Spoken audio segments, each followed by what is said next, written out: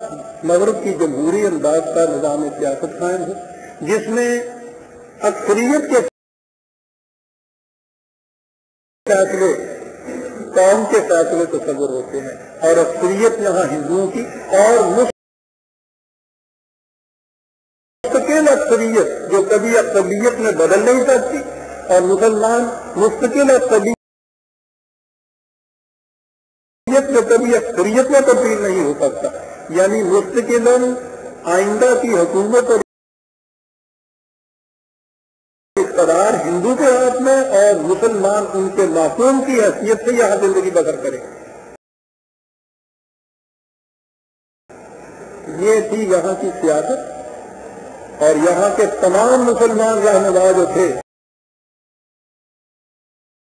وہ اسی سیاست کے علمبردار۔ تنہا علامہ اقبال مستقل طور پر بیمار رہنے والے تھے، عملی سیاست میں نہیں آ سکتے تھے۔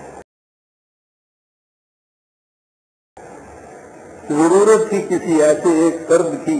جو اقبال کے اس تصور کا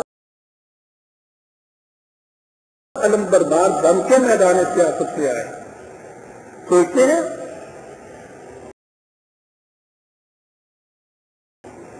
اور آپ نے غور فرمایا کہ اس مرد دانا کی نگاہ انتخاب کہاں جا کے دیکھی؟ محمد علی جناح پر۔ عزیزان مان، آج جب ہم اس چیز پہ غور کرتے ہیں تو ورثہ حیرت میں گم ہو جاتے ہیں کہ اقبال کی نگاہ دور رکھنے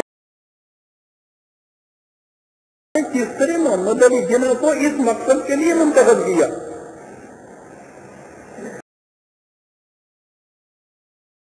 تم تو پھر داد دینی پڑے گی نا اس نگاہ انتخاب۔ انہوں نے 1937 کو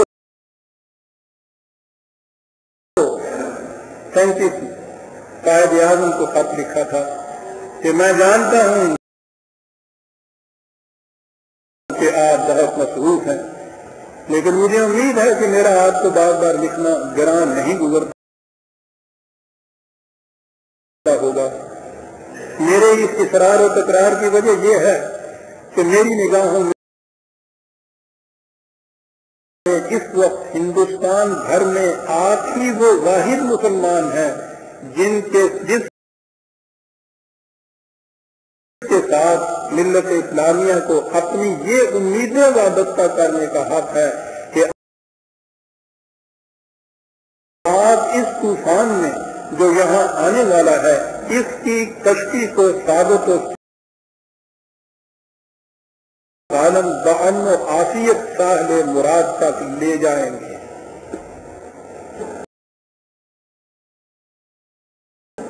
اور یہ تیر ٹھیک نشانے پہ جا کے لگا۔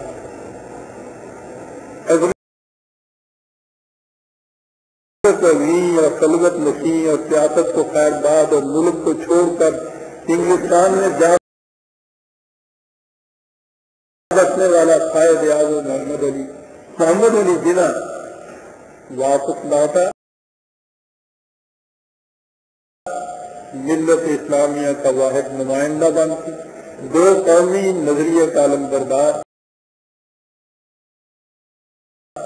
مسلمانوں کے لیے جڑا گانا مملکت کے قیام کے مطالبے کا سب سے بڑا نمائندہ، اور وہ آیا میدان سیاست میں 1937 میں۔ حکیم الامت اقبال نے یہ شمع ان کے ہاتھ میں دی، اور تھوڑے عرصے کے بعد نہایت اطمینان سے اس دنیا سے رخصت ہو گئے کہ جس کے ہاتھ میں میں نے یہ شمع دی ہے وہ دیانت و صداقت کا مجسمہ قوم کی کشتی کو واقعی ساحل مراد تک لے جائے گا۔ اور محمد علی جناح اب آئے مسلمان لیڈر کی حیثیت سے قوم،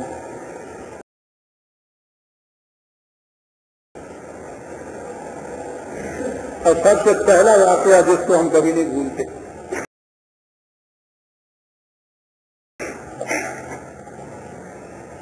ہم سے اب یہاں مراد میں اکیلا ہی نہیں ہوں،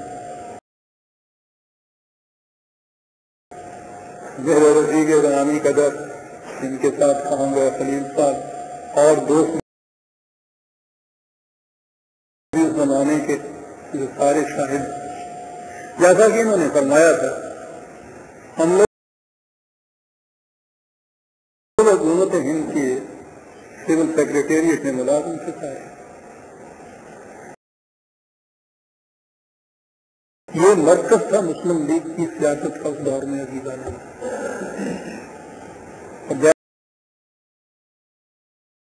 جیسا کہ آپ نے یہ فرمایا ہے کہ ہم خود آج حیران ہیں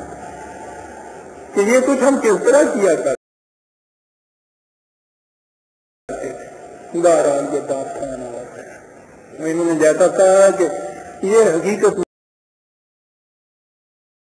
میں اس کا جذبہ ہی ہے جو یہ جنون پیدا کر سکتا ہے، کوئی اور چیز ایسا جنون پیدا نہیں کر سکتا۔ کیا یہ جنون کم تھا کہ 4 بجے تک ہم دفتر میں بیٹھے ہوتے تھے؟ میرٹھ میں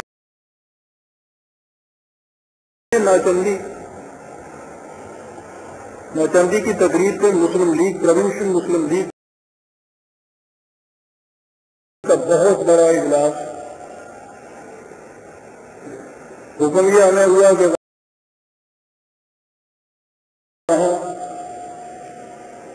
مطالبہ پاکستان کی سنا اور حقیقت، اس کی صداقت، اس کے متعلق وہاں کچھ کہنا ہے۔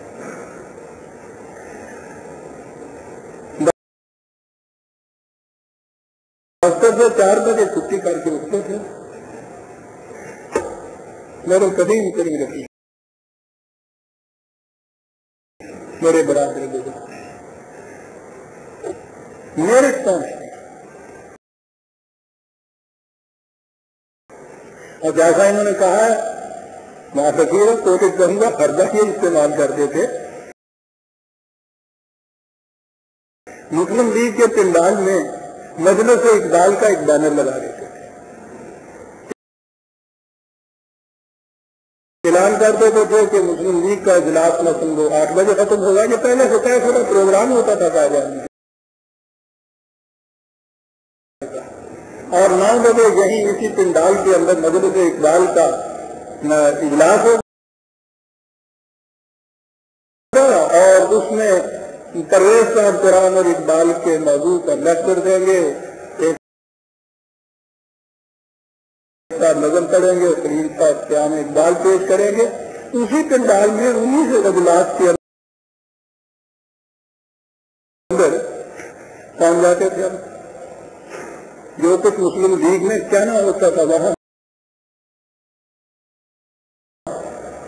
اس کے ساتھ یہاں اقبال اور قرآن کے الفاظ میں یہ سارا کچھ 2-3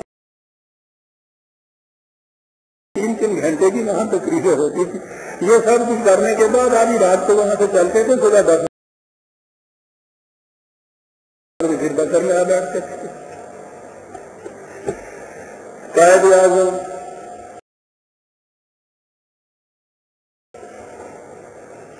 گرمیوں میں پارلیمنٹ کی اجلاس کے سلسلے میں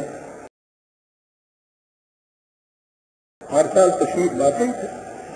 لیکن 1937 میں جب وہ آئے ہیں تو پہلی دفعہ مسلمانوں کے مسلمہ لیڈر کی حیثیت سے تشریف لائے۔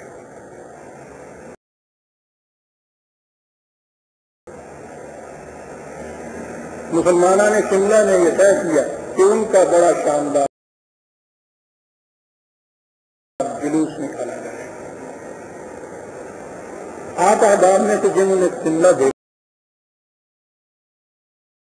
انہیں معلوم ہوگا کہ اسٹیشن سے اتریے،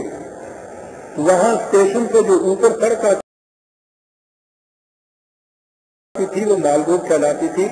اس سے سوائے گورنر وغیرہ یا وائسرا کے کسی کی موٹر گاڑی وہاں نہیں جا سکتی تھی، تو موٹر گاڑی کا سوال نہیں تھا۔